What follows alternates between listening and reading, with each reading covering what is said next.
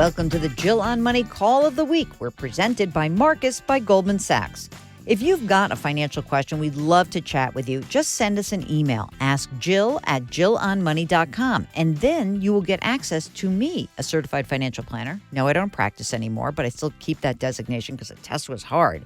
But you also may get a slightly different take on your financial situation than either you can provide for yourself or maybe a different view than the person who's trying to sell you something. So again, send us an email, ask Jill at jillonmoney.com. That's what Cathy did. She's calling us from Pennsylvania. Hi, Jill.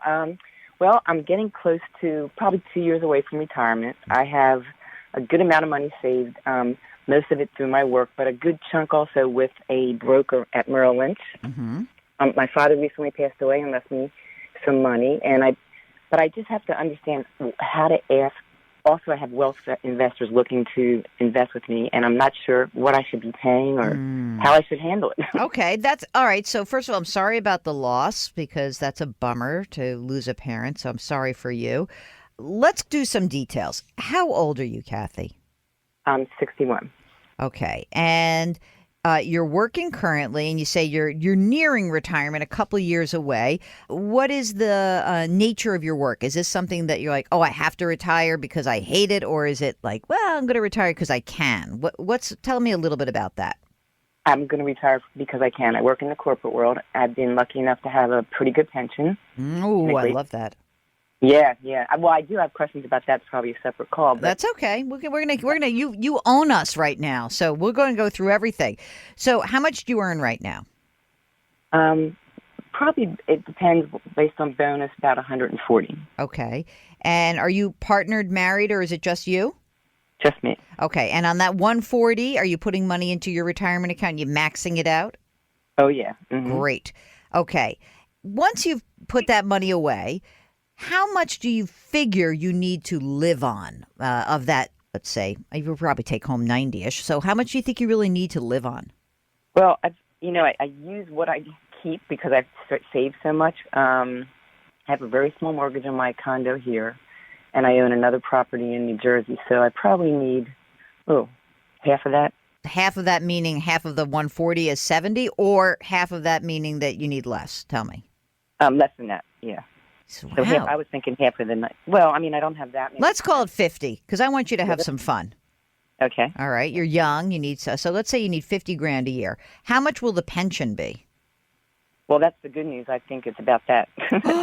Woo! Yeah. Okay. I'm actually in really good shape. My question is, I want to preserve a legacy for my kids. So what I did a couple years ago is I pulled money that I could take out of my 401k and moved it over to Merrill Lynch, and he's done a pretty good job of, I guess he tripled that in the last 6 years. And I gave him the money I got from my dad, but I'm just a little... Wait a minute. Okay, well, hold on a second. Wait a second. Tell me what did you, when you say I gave him from my 401k, you mean, what did you actually have him manage? Is it a retirement account or a non-retirement account? It's split. Some of it's retirement, some of it's just cash. Mm-hmm. And how much total does he manage? Well, right now, 1.5. Okay. And what else is left in the 401k? Probably about 900. Okay, great. And you said you got kids. How many? 2. And are they on their own and doing okay, or do they need help from you on a time, like sporadically? Nope, they're on their own and they're doing great. Good job, Mom. You're excellent. All right. So now, essentially, as you're saying, like you don't really need to preserve this money except that you want to leave some money for your kids. So you could dip into it if you wanted to. How does the broker manage the money? Is it individual stocks and bonds, or is it mutual funds? Is it something else? Well, I think right now it's all of the above because he kind of shifted me to be a little bit more conservative. Do you know what his fee is for this? Actually, he just sent me an email on that, and he just dropped from 2, which I kind of didn't even realize. That's what my question was, to 1.5, and he's trying to go to 1. But he has limits, so he wants the other, more money in there to go to 1. Mm-hmm. You're paying too much. That's your number one thing. You're definitely already paying too much. 2 is thievery. 1.5 is close to thievery for what he's managing. Okay, because it should not be more than 1%. He's being a bit of a pig, okay? Yep. Yeah, well, that's what everybody else, that's why everybody's saying 1 to 0.75. Yeah, exactly. I mean, I might even say that's right, 0.75 to 1%-ish. So he is making discretionary buys and sells in this account, or does he consult you every time he does something?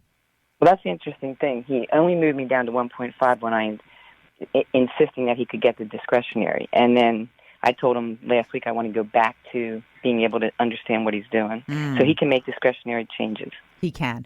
Discretion is fine as long, and I think it makes a lot of sense, as long as you really clearly understand all the fees that are involved and you make sure that the person's abilities to manage money are in line with what your goals and objectives are. So it's not about the fact that he's got discretion that's making me anxious. The part that's making me upset as I sit here and listen to your story, Cathy, is the 2% that he was happy to charge you.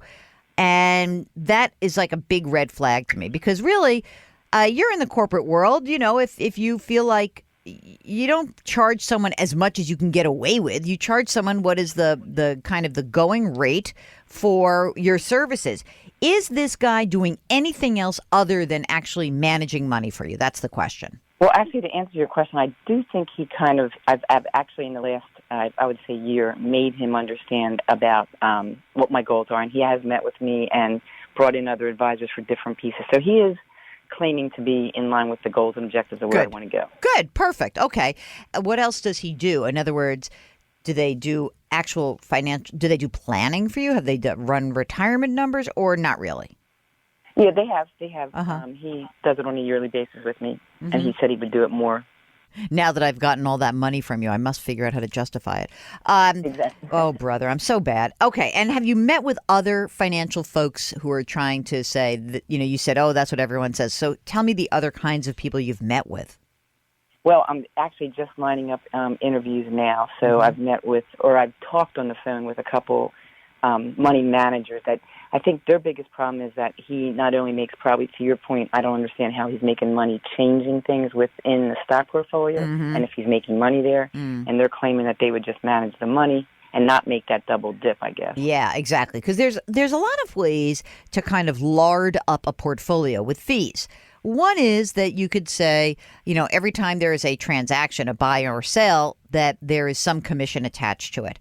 But of course, if you're paying a fee-based 1.5%, chances are that's not what's happening. But if there are other things in the portfolio, like a Merrill Lynch mutual fund in there, then they're sort of getting that money, especially if they're buying any individual bonds. There are markups inside when you buy and sell an individual bond. So it can be a little bit thorny. One of the things you can ask him is, how is it that he is a CFP who's putting your best interest first, but he's been charging you 2% when the going rate's half that? So that's maybe one thing to ask. And you want to be very clear about what kind of conflicts of interest that exist between him and you. Like, is he putting you into, again, a Merrill Lynch fund? And when you talk to other people, you ask these same questions. And I think that in reality, you don't have a huge complicated situation. You've got a pension that will be coming in to cover most of your needs. You'll eventually get Social Security. You've got a pile of money. And now, honestly, if you really want to compare it, you could go to an automatic investment platform. You can go to Betterment or Wealthfront. You could pay 0.25% to probably get the exact same performance.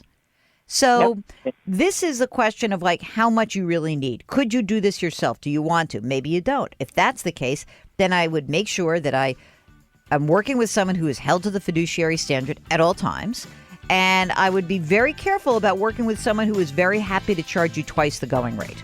Okay, that's the call of the week. If you have a financial question, just give us a holler. Send an email to askjill@jillonmoney.com or go to the website, jillonmoney.com. You can click the Contact Us button right there. Oh, by the way, while you're there, sign up for our free newsletter. It's free. Why not? We drop new episodes of Jill on Money every Tuesday and Thursday, and you can download the show anywhere that you get your podcasts. Apple, Google Play, radio.com, Stitcher, wherever. Our music is composed by Joel Goodman. Mark Talercio is our executive producer.